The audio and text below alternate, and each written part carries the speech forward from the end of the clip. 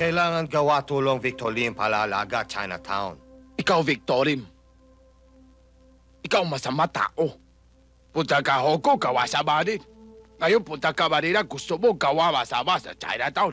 Victor Lim, hindi tunay inchik. Siya mestizo. Usap-usap kami lahat. Ayaw namin ikatulong. Okay. Victor Lim malok tulong pero kayo tanggi. Sayang, hindi tayo kaibigan. Pero bago alis, Victor Lim, meron ako iwan pala sa'yo.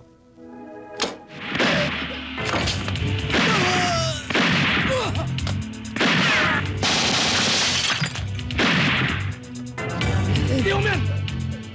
Hindi mo!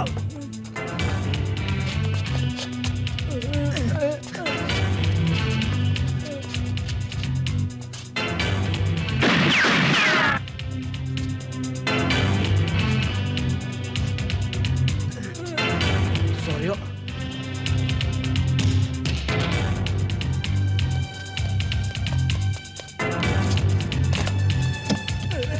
Dali! Sakay!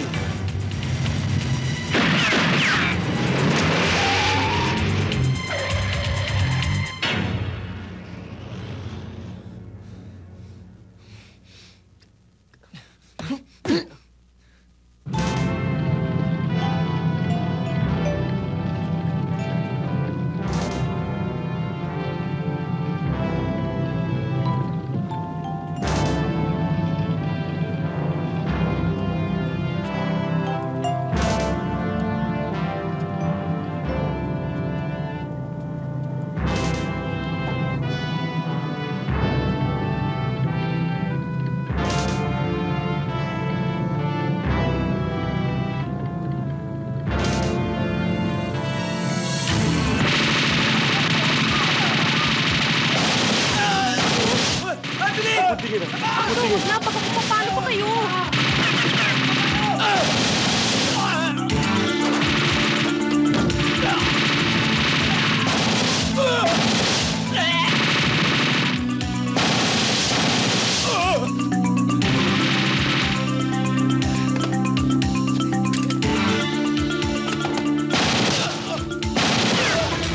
Ay, Philip!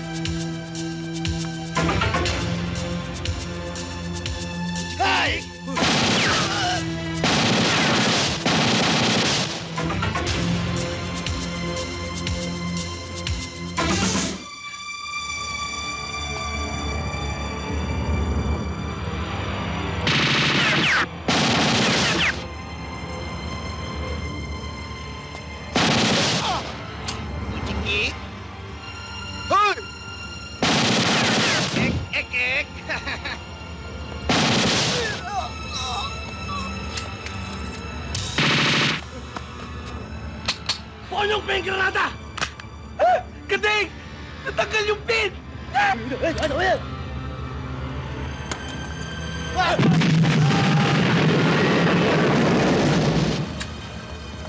Ito ka, Ponyong! Nataranta nga ako eh!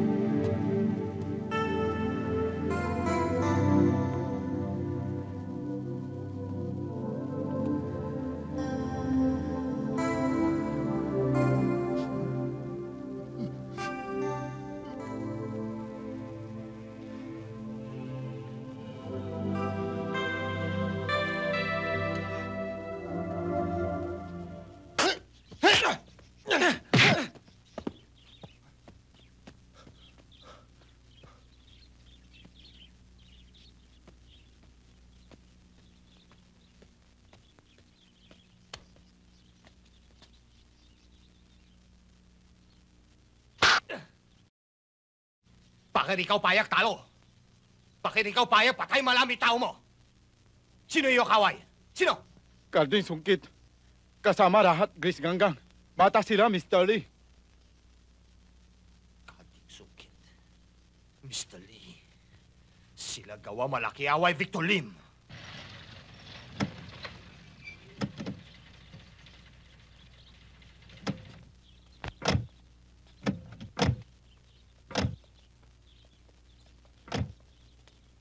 Karin, ito aking mahaya. Dito muna kayo tago lahat, ha? Dito wala delikado, ha? Lahat kayo kailangan dito meron, ha? Opo.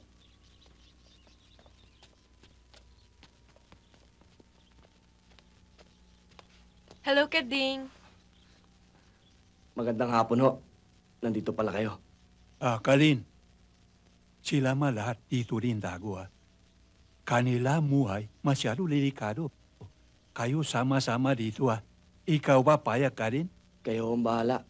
Ang iniisip ko lang po si Kalando eh. Ayaw niyang iwan yung pwesto niya. Nag-iisa ho siya eh.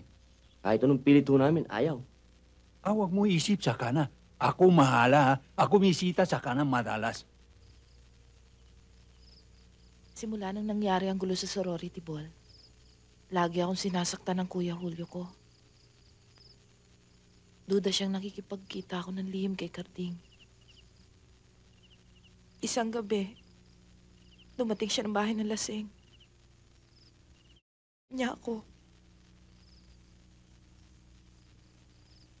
Bugbog sarado ang buong katawan niya. Pinatigil na rin siyang pumasok sa eskwelahan. Nagliyas siya. Doon siya sa amin tumuloy.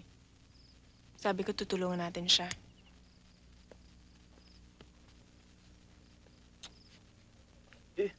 Ano ba talagang gagawin natin dito?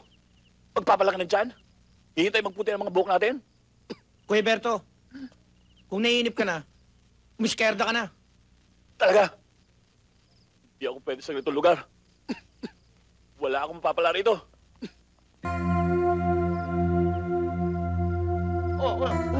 Wag! Alam niyo ba kung nasa si Beto? Umalis kanina madaling araw. Ayaw magpapigil. Ayaw pa awat, Karding. Pati nga ako, inaaway. Pambihira naman tao yan, oh. Kinausap ko na siya kagabi, ah. Ipaniliwanag ko na kung bakit tayo kailangan nandito. Ay, ayan si Karding, batiin mo. Hi, Karding. Karding, hindi ka ba maliligo? Mamaya na ho, ma'am. Kayo na lang ho. Tawagin ko. Sige. Karding, sandali. Ayan na, ayan na. Alam mo, Karding, nag-usap kami ni Teresa na wag mo na kaming tatawaging ma'am. Kasi kaming nahiya sa'yo eh. Mahirap po yun, eh. Paggalang po yun. Pero kung kami ang tatanungin, ayaw sana namin matawag na ganun eh. Karding, malaki ba talaga ang problema ng uncle kay Victor Lim? Malaki ho. Problema ho ng buong Chinatown yun, eh. Hinahanap daw kayo ng mga pulis, Karding. Maayos ho yun, ma'am. Ayusin ko ho.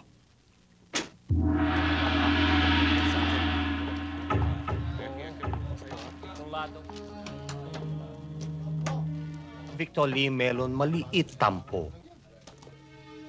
Victor Lee Melon gawa. Pala ikaw alala, Victor Lim.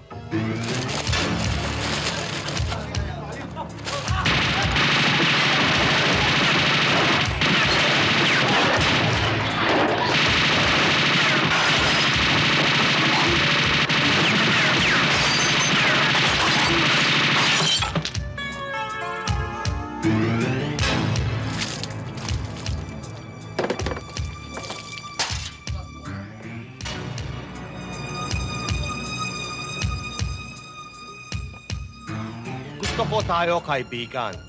Kung ano meron Mr. Ang, dapat Victor Lee meron din. Sana ikaw gawa tanda.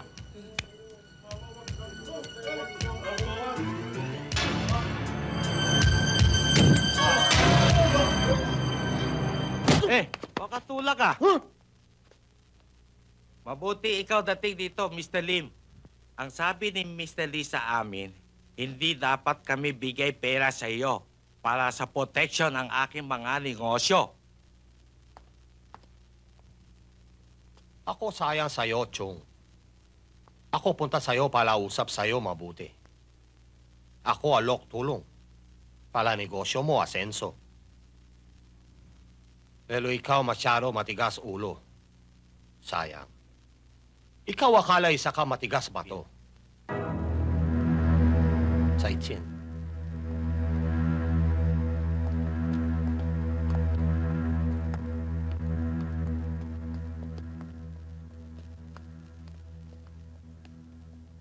Dante, ako alis muna. Ako gawa sumbong kay Mr. Lee. Balik ako agad, ha?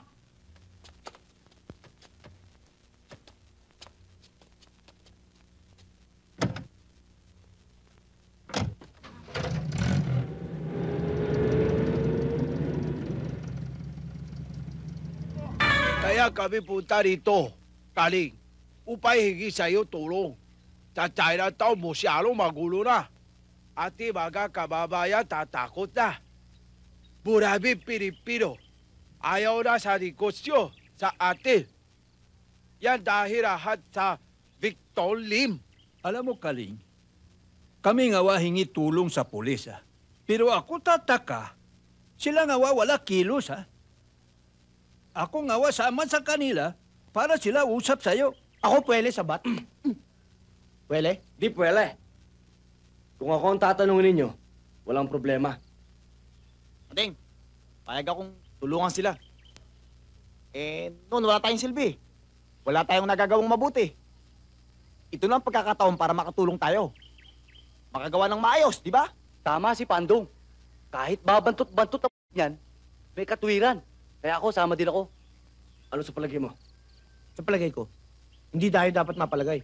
Sa dami ng gulo nangyayari ngayon. Pero dapat, panatan na natin sila, Karding. All for four, all 1-1. Pwede, di pwede. Pwede ho. Kaling, kami meron malaki halaga bigay sa iyo, ha? Ito hinimaya, ha? Ito tulong na Chinese community para sa inyo lahat, ha? Hindi ho namin kailangan yan. Kahit wala niyan, pwede. Tsaka na ho natin pag-usapan ng tungkol sa pera. Pag wala si Karding. Tama yun. Sinisira niya yung usapan, eh. Ang kailangan ho namin informasyon kung sino yung mga nakadikit kay Victor Lim. Oo, Kalin. Ako meron litrato sila lahat, ha? Ako mingay sa'yo. Ikaw, Malik. Bilis, ha?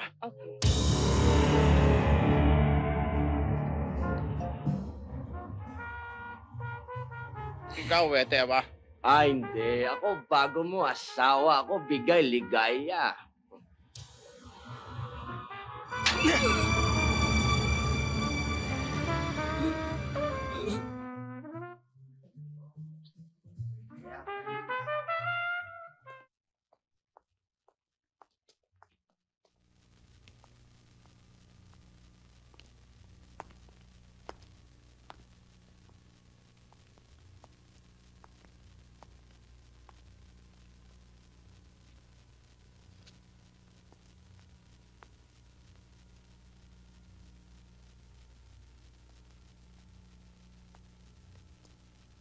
Masama itong gawa nila patay kay Go. Siya aking pinsan. Siya si Mike, kapatid Go. Hindi pwede kay Victor Lim, kaya ako gawa ganti. Kailangan na lang Victor Lim kung sino gawa patay kay Go. Walang ibang gagawa nito kung hindi kalaban natin. Sino bang mahigpit nating kalaban kung hindi si Mr. Lee? Ito!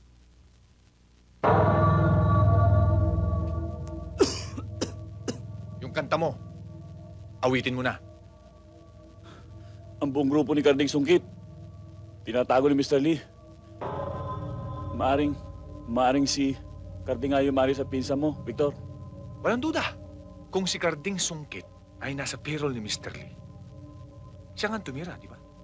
Ikaw alam saan tago Karding Sungkit? Sigo pa lang para ng palaman sa tinapay, eh. Kading! Ma'am. Luto na. Malapit ho. Sige, bilis, para kain na. Mamaya konti ako alis na, ha? Sige. Mr. Lee, napakaganda naman po ng inyong asawa. Sana po, pag nag-asawa ako, katulad din po niya. Ding, takot-takot mo.